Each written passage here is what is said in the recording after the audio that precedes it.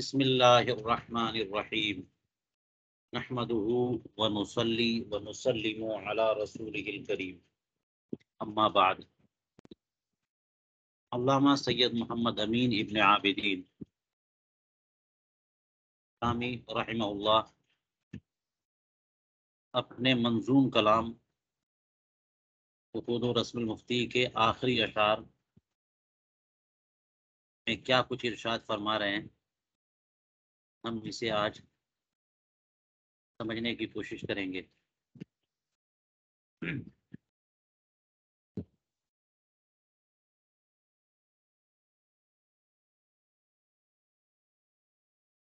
علامہ شامی فرماتے ہیں ولا يجوز بالضعيف العمل ولا به يجاب من جاء يسأل إلا لعامل له ضرورة أو من له معرفة مشهورة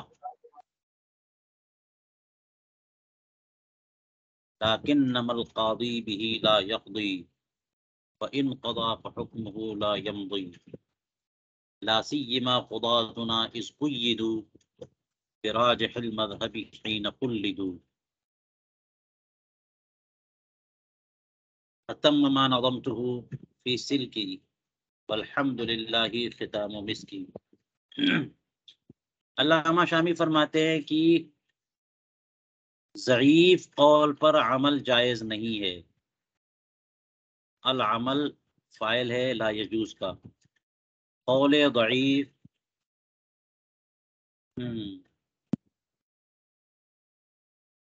قول مرجوح پر عمل جائز نہیں ہے۔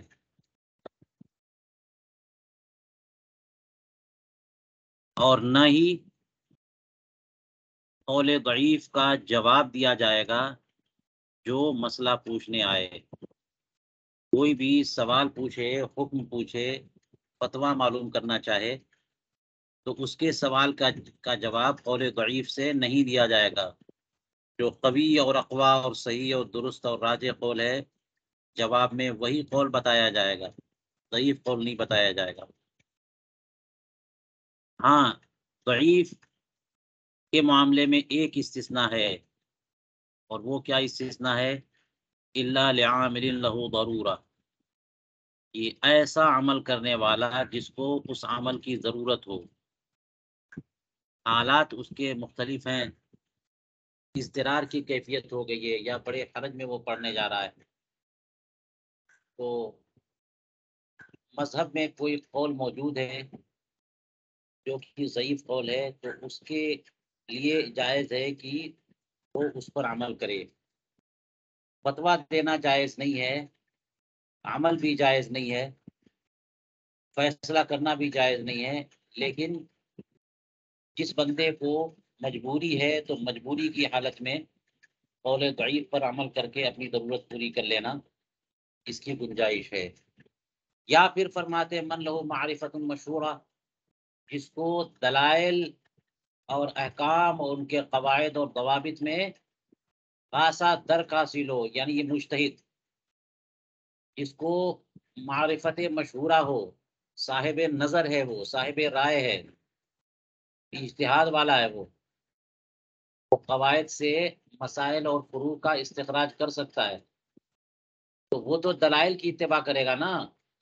کسی کا یہ کہہ دینا کہ فلاں قول ضعیف ہے، کیا یہ قول اس پر بھی حجت ہے کہ وہ ضعیف اس کے لیے بھی ہو سکتا ہے اس کے استدلال میں وہ قول ضعیف نہ ہو، وہ قول قوی ہو۔ تو دو ہی صورت ہے، یا تو مجتہد جو دلائل میں نظر رکھتا ہو، وہ اگر قول ضعیف پر عمل کرنا چاہے، قول ضعیف اس کے نزدیک قول ضعیف نہ ہو بلکہ قوی ہو، تو پھر اس کے لیے درست ہے۔ یا پھر یہ کہ کوئی مقلد ہے اور اس کو عمل کی حاجت ہے، اور اس ضعیف قول پر عمل کرنے سے اس کی ضرورت پوری ہو سکتی ہے، تو پھر اس کی اجازت ہے۔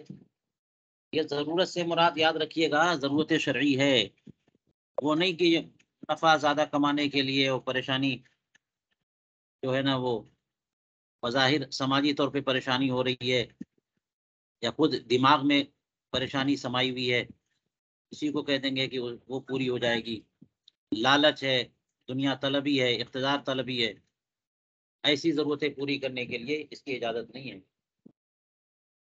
جی۔ مثال کے طور پر فقہائے کرام نے لکھا یہ مسئلہ کہ سود جو ہے لینا دینا حرام ہے نا، ربا حرام ہے اور حرام قطعی ہے، لیکن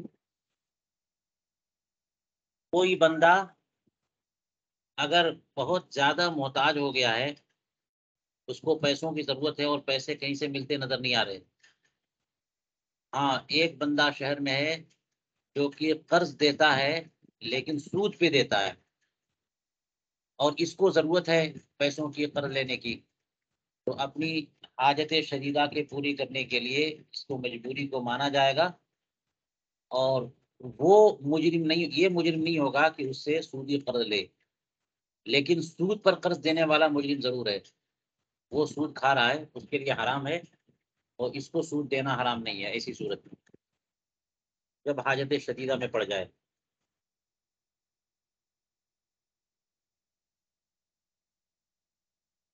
اور بھی صورتیں ہیں، فرماتے ہیں لیکن نم القاضی بھی لا یقضی، یہ تو عامل کی بات ہو گئی نا، لیکن قاضی قول ضعیف پر فیصلہ نہیں دے سکتا، اور اگر فیصلہ دے ہی دے تو اس کا حکم اور اس کا فیصلہ نافذ نہیں ہوگا، لا یمضی، یہ نافذ نہیں ہوگا، نہیں مانا جائے گا۔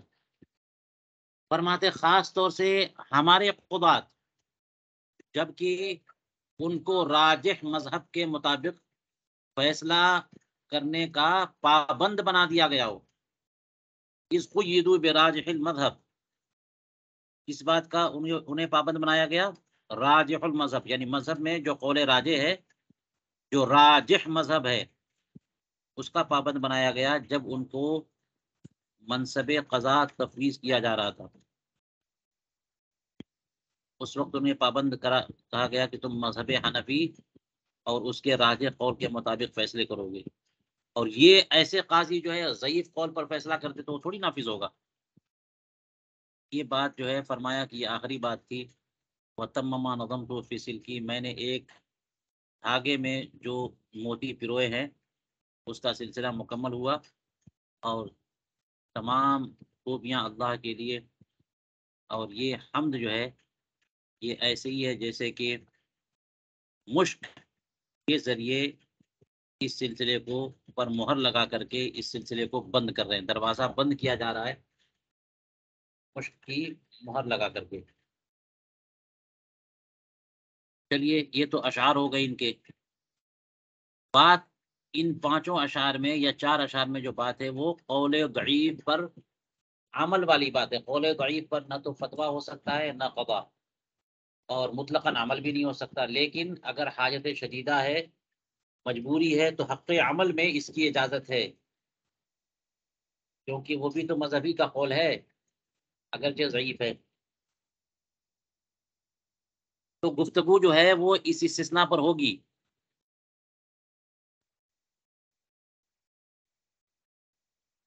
الا لعامل، یہ معرفت مشہورہ جسے ہے مجتہد ہے، یہ تو بہت واضح بات ہے، تو جسے ضرورت ہو وہ عمل کرنے کے لیے قول ضعیف کو اختیار کرے تاکہ اس کی پریشانی ٹل جائے، اس کی حیثیت کیا ہے، اس پہ اختلافات بھی ہیں، دیکھیے علامہ شامی فرماتے قدمنا اول الشرحی عن العلامہ قاسم عن ان الحکم والفتیہ بما هو مرجوح خلاف الاجماع وان المرجوح فی مقابلۃ الراجح بمنزلۃ العدم، یہ شروعی میں علامہ قاسم ابن قتل بغا کے فتاوے سے یہ اقتباس بیان کر دیا تھا نا انہوں نے یہاں سے لے کے یہاں تک،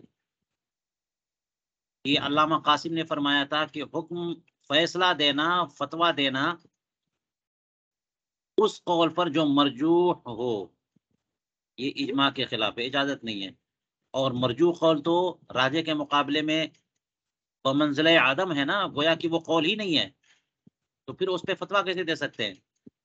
والترجیح بغیر مرجح فی المتقابلات ممنوع، اور متقابلات میں یعنی جہاں پر دو قول آ جائیں، ایک جواز کا ایک عدم جواز کا، تو جسے جو ہے نا جس قول کے لیے کوئی مرجح موجود ہو اسی مرجح کے ذریعے ترجیح دیں گے، اور بغیر کسی مرجع کے متقابلات میں ترجیح نہیں، توقف کریں گے، پھر کوئی مرجع ہے ہی نہیں، متقابلات میں ترجیح کیسے دے سکتے ہیں؟ ترجیح ممنوع ہے بغیر مرجع کے۔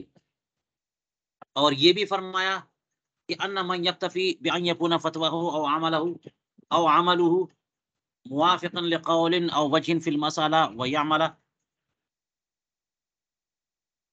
بما شاء من الاقوال والوجوه من غیر نظر في الترجیح فقد جہل وخرق الاجماع۔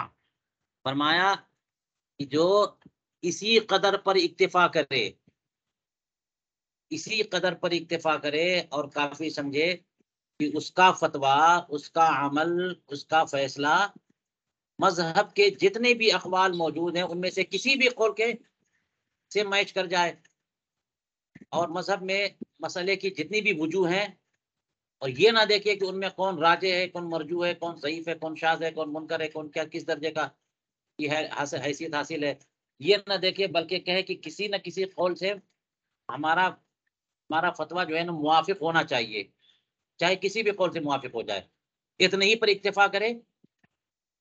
اور فرماتے یعمل بما شاء من الاقوال، مذہب میں جتنے بھی اقوال موجود ہیں، جتنی بھی وجہیں موجود ہیں، ان میں کسی بھی قول پر عمل کرنا چاہے اور کر لے جائے بغیر ترجیح پہ نظر اور غور کیے ہوئے۔ یہ جو اسی پر اکتفا کرنا چاہے اور اکتفا کرے تو وہ جاہل ہے، خارق اجماع ہے، اجماع کے خلاف جا رہا ہے وہ۔ من یکتفی بمنزلہ شرط فقط جاہلا، یہ اس کی جزا، جو اس پر اکتفا کرے وہ جاہل ہے، وہ اجماع کو توڑ رہا ہے۔ کون؟ جو اس بات پر اکتفا کرے کہ اس کا فتویٰ کسی بھی قول کے موافق ہو جائے، چاہے وہ قول راجح ہو یا مرجوح ہو، یا کسی بھی وجہ کے موافق ہو جائے، چاہے وہ وجہ قوی ہو یا ضعیف ہو۔ یہ بات بتائی تھی کہ وجوہ کا لفظ جو ہے نا عام طور پر مذہب شافعی میں استعمال ہوتا ہے، کہ قول امام کو قول بولتے ہیں اور مشائخ کے قول کو وجوہ بولتے ہیں، لیکن یہ ہمارے یہاں بھی اس کا استعمال یہاں پہ دیکھیے کسی مفہوم میں کیا جا رہا ہے۔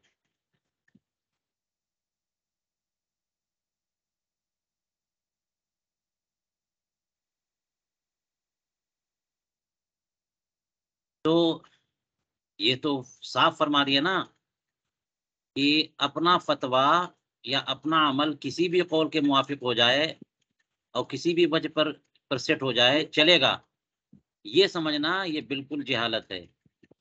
اور یہ بھی کہ جتنے بھی اقوال مذہب میں ہیں جس قول پر چاہے عمل کرے یہ مان لے، یہ بھی خرق اجماع ہے، یہ بھی جہالت ہے۔ ہمیں راجح قول اور قوی مسئلے، قوی وجہ کی اتباع کرنی ہے، فیصلہ کرنے میں بھی، مسئلہ بتانے میں بھی، عمل کرنے میں بھی۔ دیکھ لیے یہاں پر عمل کی کوئی گنجائش نہیں نکلی ہے۔ علامہ قاسم ابن قتل وقا کے فتاوی میں یہ ان کا اقتباس ہے، اس میں عمل کی کوئی گنجائش نہیں ہے، راجح پر عمل کرنا ہے، ضعیف پر عمل نہیں کرنا ہے، تو عمل کی بھی گنجائش یہاں پہ نہیں ہے۔ پھر یہ کہاں سے نکلے گا یہ عامل کے لیے؟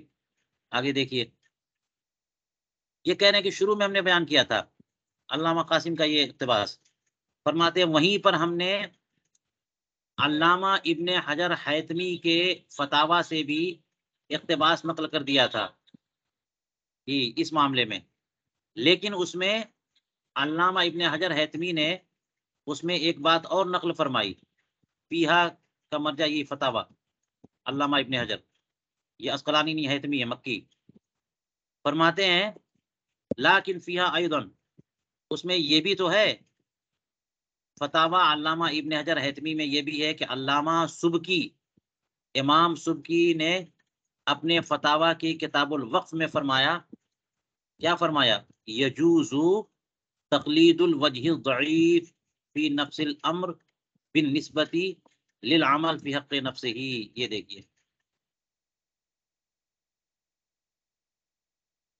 یہ دیکھیے عمل کے حق میں اللہ امام سبکی کا قول دیکھ لیجئے، وجہ ضعیف کی تقلید جائز ہے جو نفس الامر میں ضعیف ہو، وہ ضعیف قول، وہ ضعیف مسئلہ جو حقیقت میں ضعیف ہو اس کی تقلید حق عمل میں جائز ہے، افتاء میں، قضا میں نہیں۔ بالنسبت للعمل فی حق نفسی، اپنے معاملے میں، عمل میں مفتی دوسروں کو نہیں بتائے گا، فتویٰ نہیں دے گا، لا فی الفتویٰ والحکم، نہ کہ فتوے میں نہ حکم میں۔ یہ حکم چلا گیا قاضی کے لیے، فتویٰ چلا گیا مفتی کے لیے۔ فقد نقل ابن الصلاح الاجماع علی انہ لا یجوز،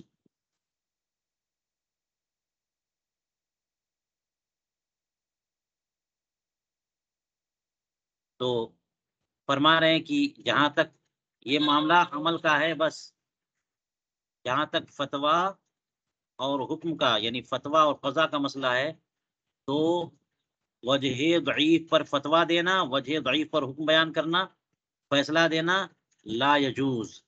علامہ ابن صلاح نے اس بات پر اجماع نقل کیا ہے کہ یہ بالکل جائز نہیں ہے، اجماع ہے کہ یہ جائز نہیں ہے۔ اور اجماع سے مراد ائمہ اربعہ کا، حنفیہ، شافعیہ، مالکیہ، حنبلیہ، سب کا اس بات پر اتفاق ہے کہ ضعیف قول پر فتویٰ دینا، ضعیف قول کے مطابق فیصلہ کرنا، یہ جائز نہیں ہے۔ ٹھیک ہے،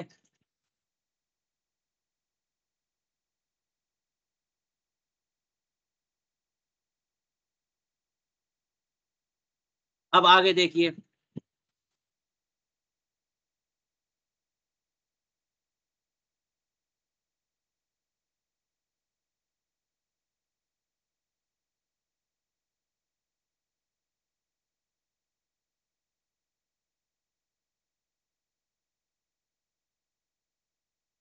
اور یہ لاکن کہہ کر کے جو استدراک کیا ہے نا، اس کی وجہ یہ سمجھ میں آتی ہے کہ ابھی دیکھ لیجئے، یہ اوپر علامہ قاسم ابن قتل بغا نے جو فرمایا تھا، وہ تو کسی کی گنجائش نہیں رکھی نا انہوں نے، فتویٰ اور عمل دونوں کو شامل کر دیا۔ حکم، فتیہ، دیکھیے فیصلہ یعنی قاضی کا معاملہ، فتیہ یعنی مفتی، اور یہاں پر عمل، تینوں کو شامل کیا، تینوں جائز نہیں ہے۔ فقط جاہلہ بھی کہا اور خرق الاجماع بھی کہا، یہ اجماع کے خلاف ہے۔ اور یہاں پر اس میں یہ گنجائش نکالی گئی ہے کہ عمل کے حق میں تو جائز ہے اور فتویٰ اور حکم کے حق میں جائز نہیں، تو یہ کیسے ہو جائے گا؟ کہ یہ تو اجماع کے خلاف جائے گا، اجماع تو نہیں ہے کہ حق عمل میں جائز ہے۔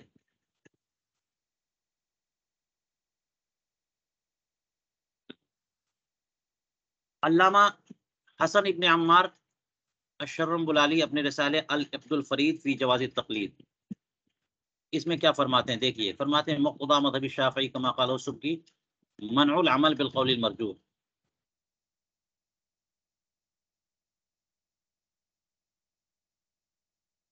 منع العمل بالقول المرجوح فی القضاء والافتاء دون العمل لنفسه۔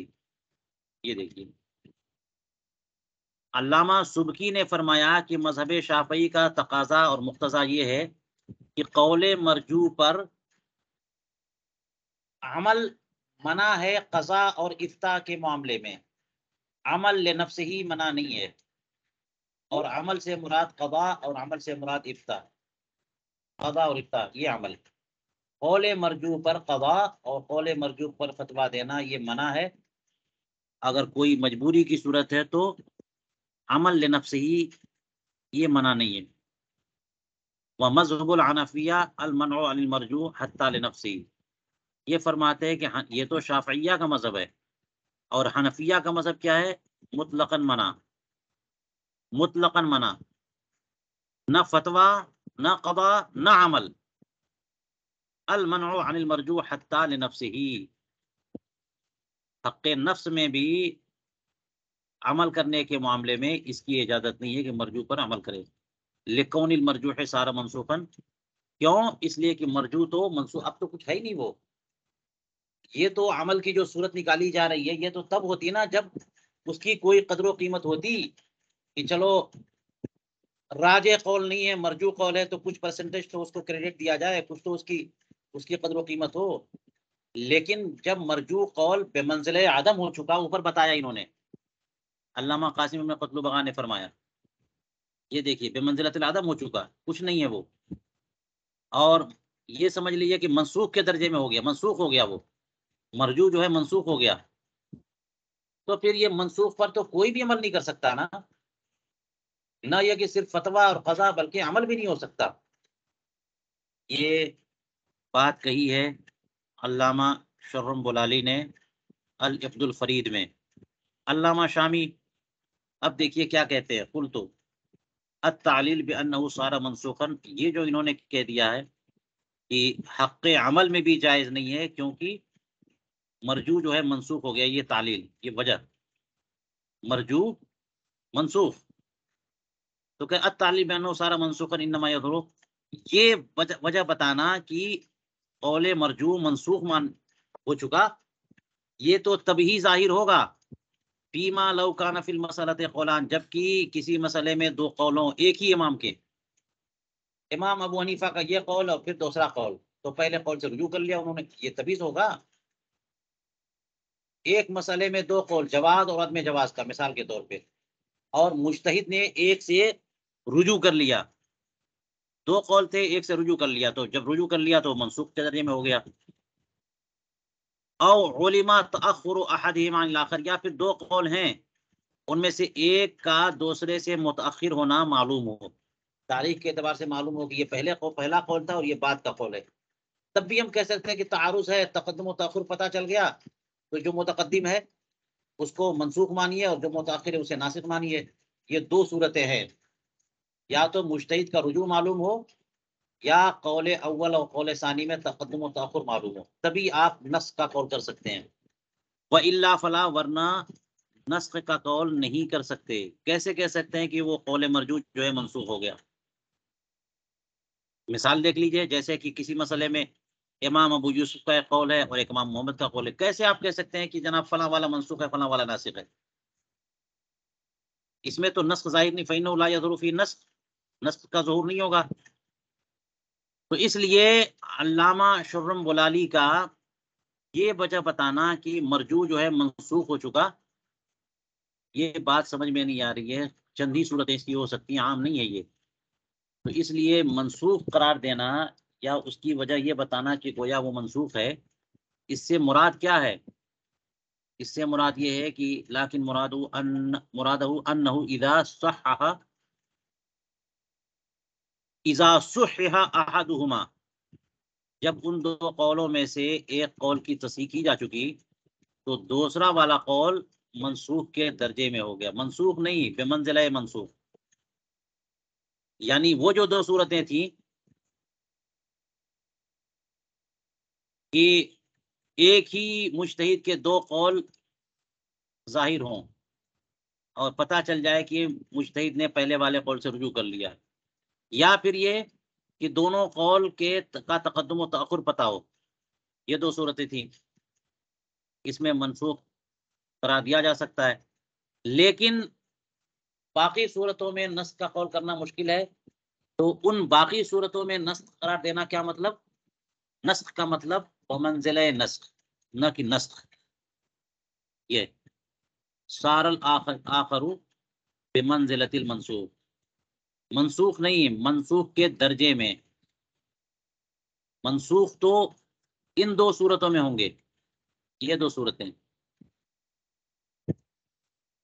ان دونوں صورتوں میں منسوخ، لیکن جو آگے کی صورت بتائی ہے اور بھی صورتیں ہو سکتی ہیں، اس میں منسوخ نہیں بلکہ منسوخ کے مقام و مرتبے میں۔ اور یہ کیا مطلب؟ وہ معنی ما مر من قول علامہ قاسم، علامہ قاسم ابن قتل بغان نے جو بتایا تھا اسی مفہوم میں لے لیجیے آپ، منزلہ منسوخ، کہ انہوں نے کہا تھا ان المرجوح فی مقابلۃ الراجح بمنزلۃ العدم، راجح جو ہے وہ ہے تو اس کا وجود تو ہے لیکن وہ عدم کے درجے میں ہے، اسی طرح سے منسوخ بمانا بمنزلہ منسوخ، نہ کہ حقیقتا منسوخ۔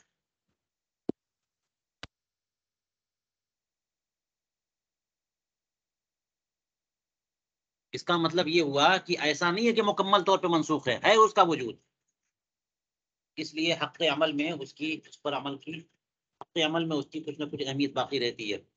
فرماتے ہیں ثم انما ذکر السبکی من جواز العمل بالمرجو فی حق نفسہ عند الشافعی مخالف لما مر عن علامہ قاسم. یہ تو میں نے ابھی دونوں عبارتیں پڑھ کر کے بھی بتایا تھا، اس میں تعارض ہو رہا ہے. امام سبکی نے جو حق عمل میں قول مرجو کے جواز کا قول کیا ہے امام شافعی کے نزدیک، وہ علامہ قاسم ابن فضل البقاء کے قول کے خلاف ہوا نا.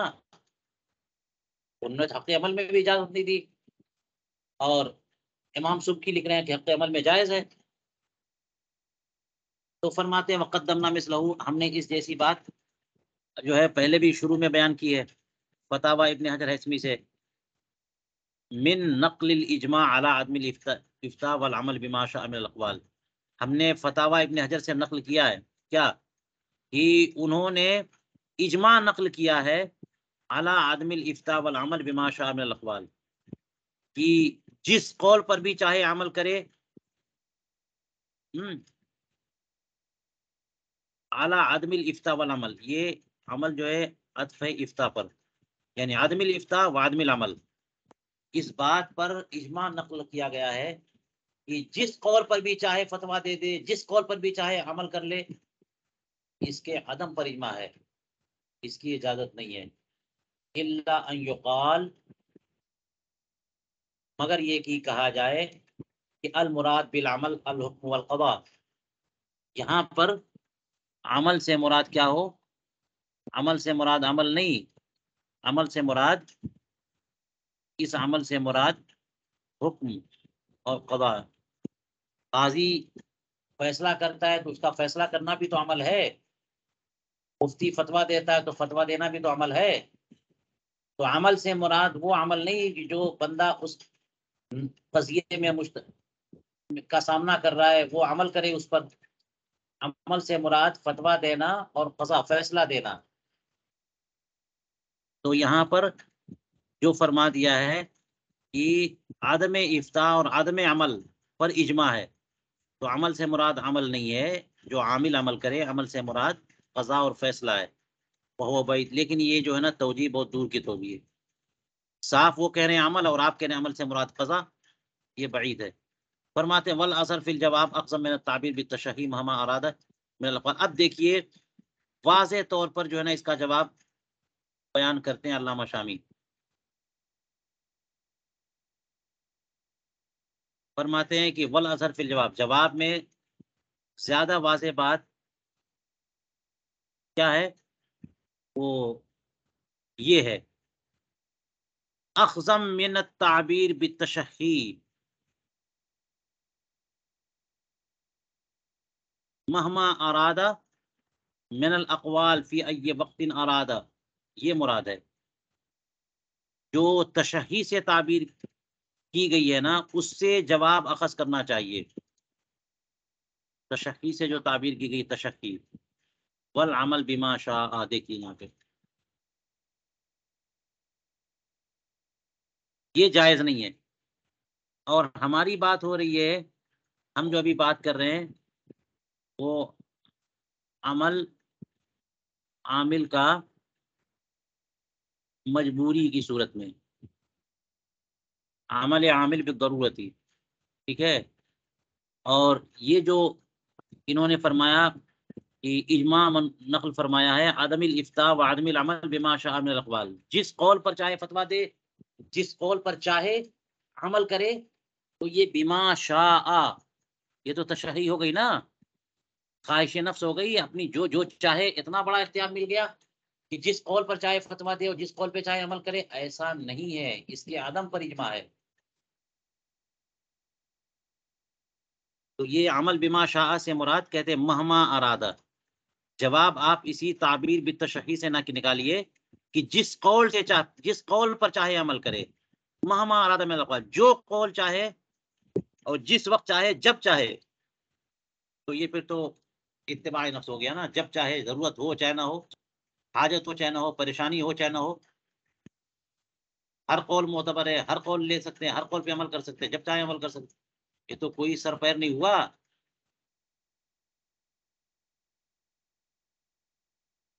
یہ منع ہے. جو فرما رہے ہیں کہ اجماع اس بات پر ہے کہ جس قول پر بھی چاہے عمل کر لے، جس قول پر بھی چاہے فتویٰ دے دے، یہ جائز نہیں ہے۔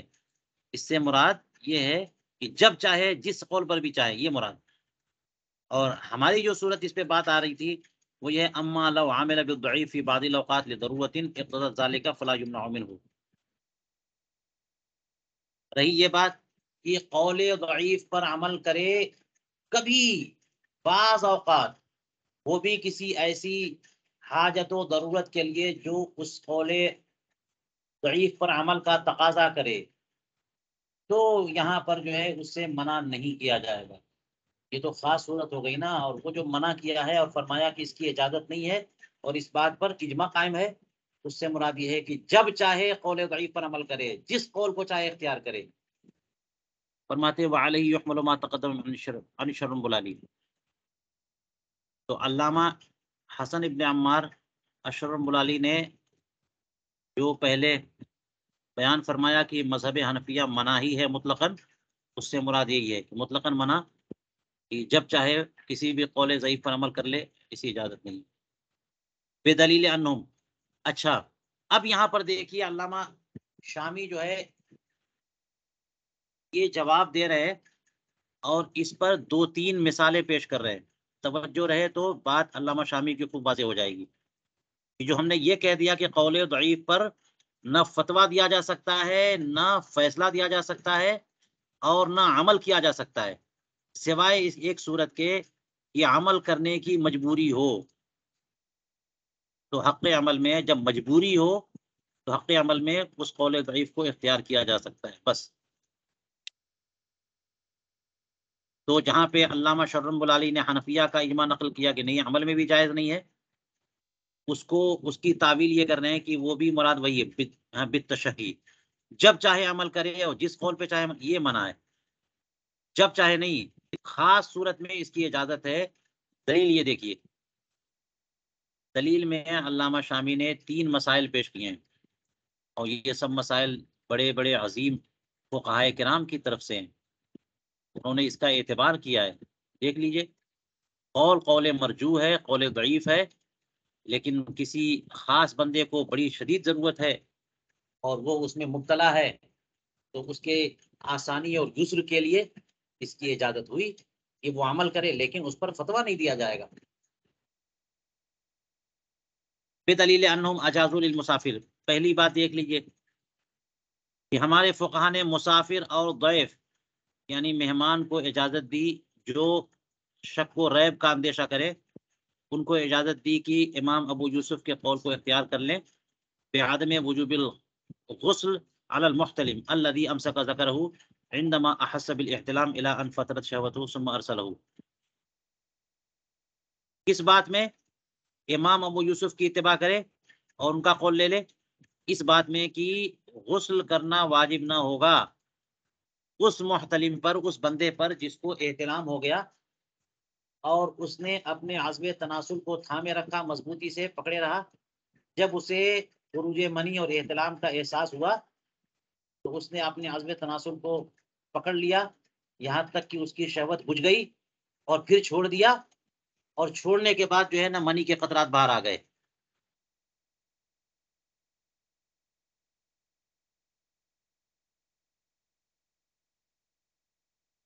تو یہ جب منی کے قطرات باہر آ گئے تو یہ جنبی ہوا کہ نہیں ہوا؟ قول راجح میں ظاہر الروایہ کے مطابق یہی ہے کہ یہ بندہ جنبی ہو گیا اور اس پر غسل واجب ہو گیا۔ جی، یہ امام ابو یوسف کا یہ قول ہے، اور بات یہ ہے، اختلاف یہ ہے کہ امام ابو یوسف رحمہ اللہ یہ فرماتے ہیں کہ شہوت سے خروج منی شرط ہے نکلنا، تو شہوت سے جو ہے نا اپنے مقر سے زائل ہونا اور باہر نکلنا، دونوں وقت شہوت ضروری ہے۔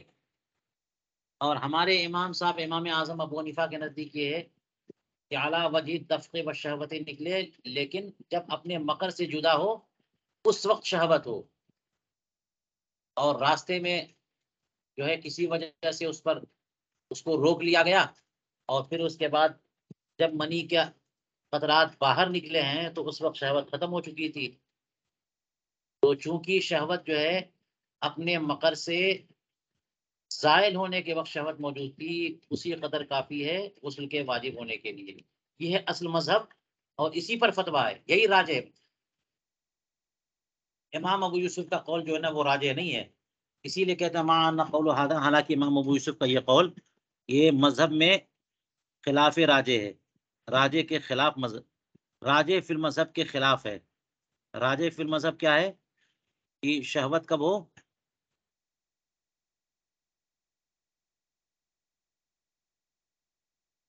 عند الزوال عن المقر، تب بھی وہ شہوت جو ہے کافی ہے اور بندہ مجرم بھی ہو جائے گا.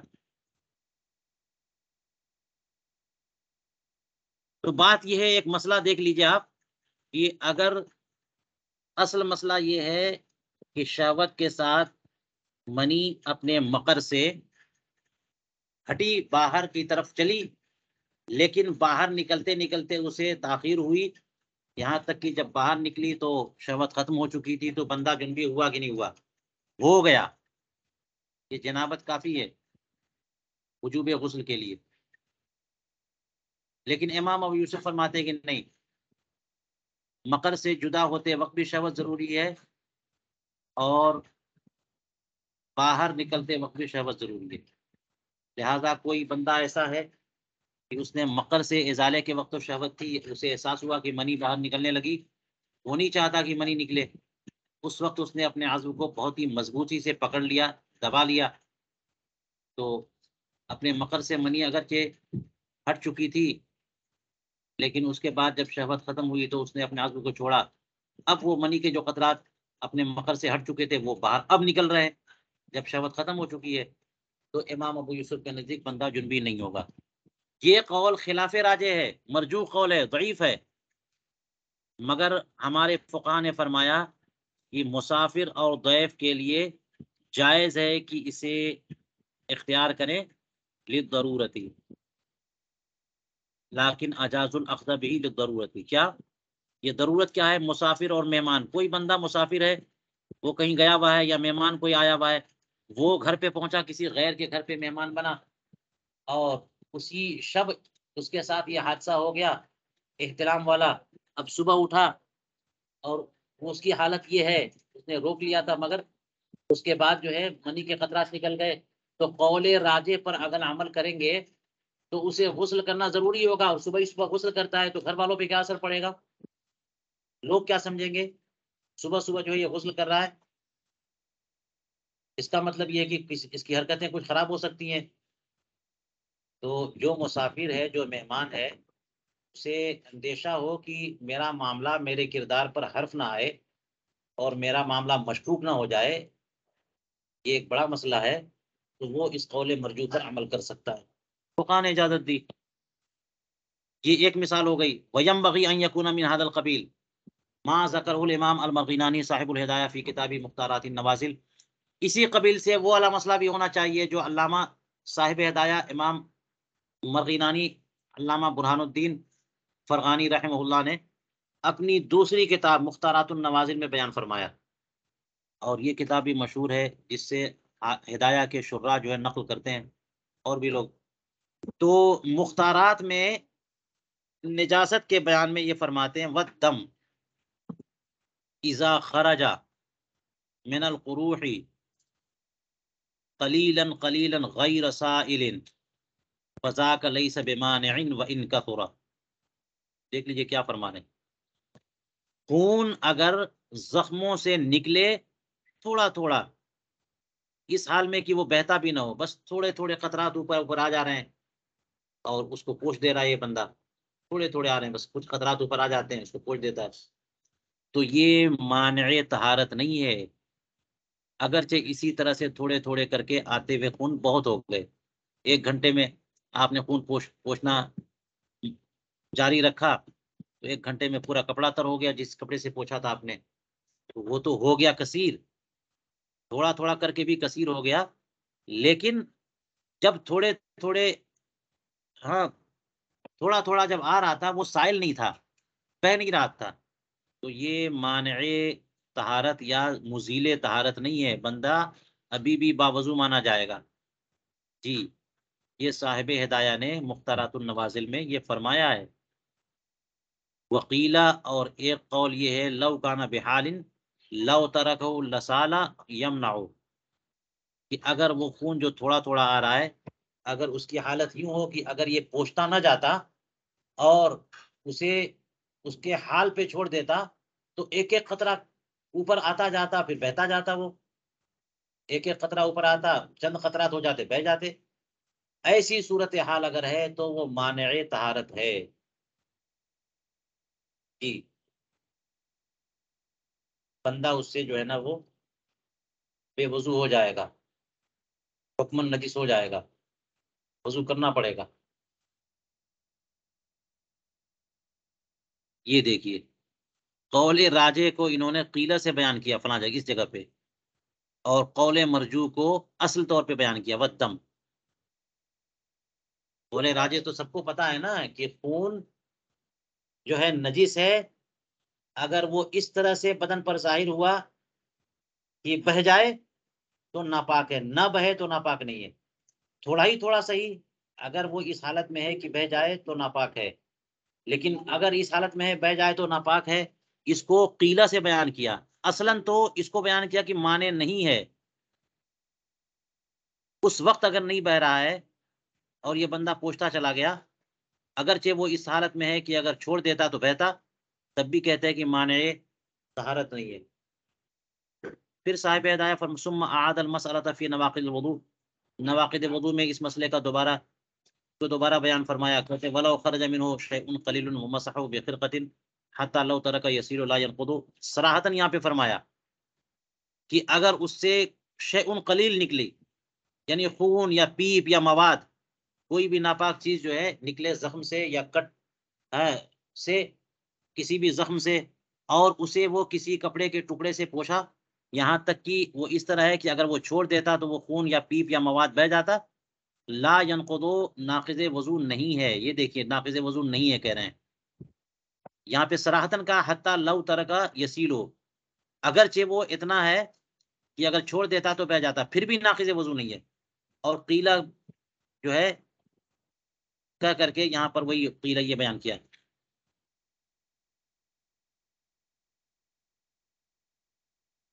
ہاں یعنی یہاں پہ وقیلہ ینقضو، جو اصل قول ہے اس کو قیلہ کے طور پہ بیان کیا، جو مرجو ہے اس کو اصل کے طور پہ بیان کیا۔ تو صاحب ہدایہ صراحت کر رہے ہیں نا یہاں پہ، تو یہ اسی قبیل سے ہے، علامہ شامی کہہ رہے ہیں یہ اسی قبیل سے ہے، یعنی یہ قول مرجوح، قول ضعیف ہے، اور یہ اسی صورت میں ہے کہ کوئی بندہ اس حالت میں مبتلا ہو گیا ہے، اس کو کوئی صورت سمجھ میں نہیں آ رہی ہے اور حرج اور مشقت میں پڑ سکتا ہے وہ، تو اس کے حق میں یہی مسئلہ بہتر ہے وہ عمل کرے اس پر۔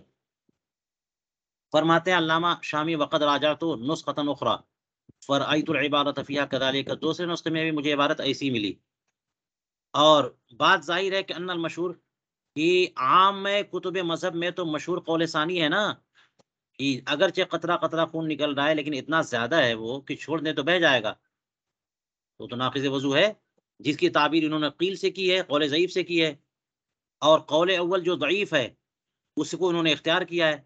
فلم ارى من سبقہ الی، میں نے نہیں دیکھا کسی فقی اور مفتی اور مجتہد کو کہ جنہوں نے ان پر سبقت کی ہو اس طرف، ان سے پہلے کسی نے یہ قول بیان کیا ہو کہ یہی قول مختار ہے صاحب ہدایہ کے علاوہ ہے، کسی نے یہ قول مختار کے طور پہ بیان کیا ہو، میں نے کسی کو نہیں دیکھا۔ ولا من تابعہ علیہ بعد المراجعۃ الکثیرہ، میں نے کسی ایسے فقیہ کو بھی نہیں دیکھا جنہوں نے امام برہان الدین مرغینانی رحمہ اللہ صاحب ہدایہ ان کی اس قول میں اتباع کی ہو، وہ منفرد ہیں آپ اس معاملے میں، یہ قول مرجو کو انہوں نے اختیار کیا۔ کافی کتابوں کی مراجعت میں نے کی، پھر بھی مجھے ان کے علاوہ کسی اور کا اس انداز میں قول نہیں ملا، تو یہ قول ہو گیا نا شاذ، فهو قول شاذ، لیکن یہ قائل جو ہیں یہ تو صاحب ہدایہ ہیں، امام جلیل ہیں، مذہب کے اعظم مشائخ سے ہیں، اصحاب تخریج اور اصحاب تصحیح کے طبقے سے تعلق رکھتے ہیں، جیسا کہ یہ بات گزر چکی ہے. تو انہوں نے یہ بیان کیا ہے اور اس کو اختیار کیا ہے، تو اتنا تو کم سے کم جو ہے نا اتنا تو ہے، اس قول کی اتنی قدر و قیمت تو ہے کہ معذور اس قول کی تقلید کر سکتا ہے، امام برہان الدین مرغینانی رحمہ اللہ کی تقلید کر سکتا ہے معذور. فیجوز للمعذور تقلید فی هذا القول عند الضرورة، کب؟ جب مجبوری ہو. فإن فيه توسعة عظيمة لأهل الأعذار كما بينت في رسالتي المسمى الأحكام المخصصة بكي الحمصة. علامہ شامی کہتے ہیں کہ اس قول میں بڑی عظیم توسع اور گنجائش ہے، بڑی آسانی ہے. کن کے لیے؟ معذورین کے لیے، جیسا کہ میں نے اپنے رسالے میں یہ وضاحت سے بیان کر دیا. کون سا رسالہ؟ یہ رسالہ علامہ شامی کا الاحکام المخصصہ، وہ خاص احکام، وہ احکام جو کئی حمصہ کے ساتھ خاص ہے. فرماتے ہیں کہ وقت کن تو ابتلائی، تو علامہ شامی خود اپنا کیس بیان کر رہے ہیں کہ مجھے خود ابتلا ہوئی کئی حمصہ والے مسئلے میں، ایک مدت تک میں مبتلا رہا. اور کئی حمصہ، کئی کا مطلب تو داغنا ہوتا ہے. کبھی پہلے علاج ہوتا تھا داغنے کے ذریعے، کوئی زخم ہو گیا، پھڑیا پھنسی ہے، اسے آپ آگ سے جلا دیجئے، گرم لوہے سے داغ دیجئے، وہ سب جل جائے گا، سارا خون فاسد مواد جو ہے وہ ختم ہو جائے گا اور زخم صحیح ہو جائے گا. تو یہ کئی کا جو معاملہ ہے، تھراپی بھی آج کل ہوتی ہے اس طرح سے، طرح طرح سے تھراپی کرتے ہیں. تو کئی داغنا مختلف طریقے سے، یہاں پر کئی حمصہ، حمصہ تو چنے کو کہتے ہیں نا، چنا. اور چنا جو ہے وہ ایسا دانہ ہے جس میں جذب کی صلاحیت پورے طور پہ موجود ہے، بہت ہی جاذب ہوتا ہے، قابض ہوتا ہے. اگر چنا کھا لے اور پیٹ میں چنا پہنچے تو پیٹ میں جو بھی رطوبت ہے، پانی ہے، سب کو وہ سوکھ لے گا. اس لیے چنا کھانے کے بعد بہت تیز پیاس لگتی ہے. تو چنا ہے، چنا کا ستو ہے، آٹا ہے، روٹی ہے، یہ کھائیے تو یہ بڑا زبردست جاذب ہوتا ہے، ساری تری جو ہے نا وہ کھینچ لے گا اپنے اندر. تو یہ مختلف قسم کے زخم، پھوڑے پھنسی میں، کبھی اس طرح کے معاملات میں یہ ایک طریقہ علاج بھی استعمال کیا جاتا ہوگا پہلے زمانے میں. اب تو سب چیزیں بدل گئی ہیں. کئی حمصہ چنے کو مثال کے طور پر، مجھے پتا نہیں ہے کس طرح کیسے علاج کیا جاتا تھا، لیکن اپنے طور پہ میں توجیہ کر رہا ہوں کہ چنے کو اگر پیس لیا جائے اور پیس کر کے اس کے صفوف بنا کر کے اسی زخم پر باندھ دیا جائے، لیپ لگا دیا جائے، تو وہ سارے فاسد مادے جو ہے نا وہ چنا کھینچ لے گا. جی، تو اسی طریقے علاج کو کئی حمصہ کہتے ہیں. علامہ شامی فرماتے ہیں کہ مجھے ایک طویل مدت تک جو ہے نا اس طریقے علاج سے سابقہ پڑا. تو فرماتے ہیں کہ ولم اجد ما تصح به صلاتی علی مذہبنا بلا مشقت الا علی هذا القول، مجھے کوئی صورت نہیں ملی کہ جس کے مطابق جو ہے نا ہمارے مذہب کے حساب سے میری نماز درست ہو سکے، بغیر مشقت کے ساتھ درست ہو سکے، مگر بغیر مشقت کے درست ہو سکے مگر اسی قول پہ. کیونکہ جب ہم نے کئی حمصہ والا طریقہ علاج اختیار کیا تو وہاں پہ تھوڑا تھوڑا جو ہے نا وہ فاسد مادہ نکلے جا رہا تھا، نکلے جا رہا تھا، نکلے جا رہا تھا. اب مسلسل نکل رہا ہے، اور جب مسلسل نکلے تو جناب ہر 2-4 منٹ پہ 5 منٹ پہ اتنا مادہ نکل جائے گا کہ وہ اگر چھوڑ دے تو بہانے کے لائق تو ہو جائے گا، بہ جائے گا وہ. وَإِن كَانَ قَلِيلًا، اگرچہ وہ قلیل تھا، لیکن لو توری کا یسیل، اگر وہ چھوڑ دیا جائے تو بہ جائے. وہ نجس وہ ناقض للطہارت علی القول المشہور، قول مشہور پر تو ناقض طہارت ہے. لہذا اتنی مشقت ہے کہ ہر 4-6 منٹ پہ ہر نماز کے لیے، ہر معاملے کے لیے وضو کرتا پھروں میں، بار بار وضو کرنا ہوگا مجھے، تو بڑی مشقت تھی اس میں. تو ہم نے اسی قول پر عمل کیا اور اسی قول پر عمل کرنے میں ذرا آسانی بھی ہوئی. فرماتے خلافا لما قالوا بعضهم،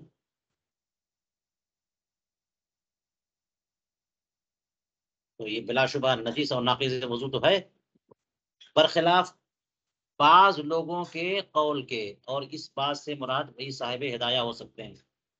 کما قد بینتہ فی الرسالۃ المذکورہ، جیسا کہ میں نے مذکورہ رسالے میں اسے بیان کیا ہے.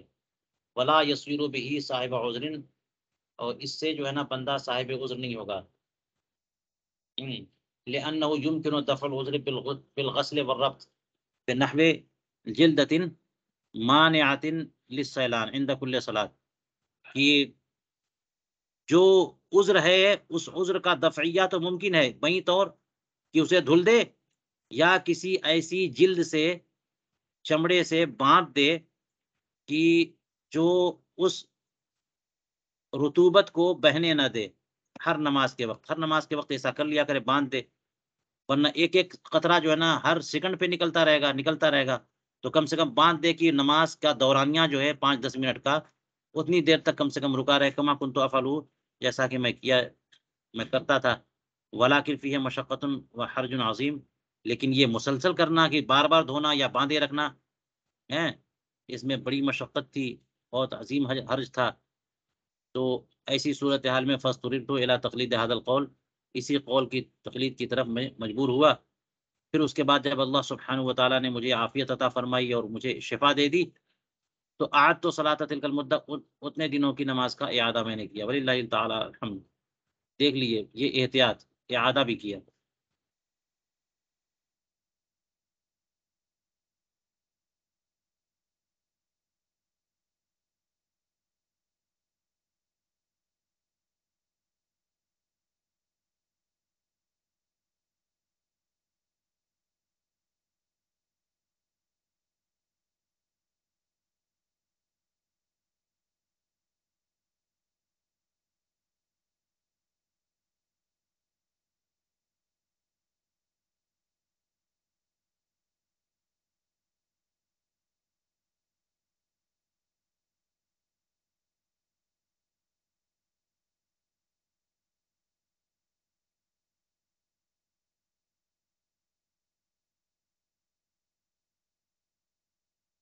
چلیے آج یہیں پر درس روکتے ہیں.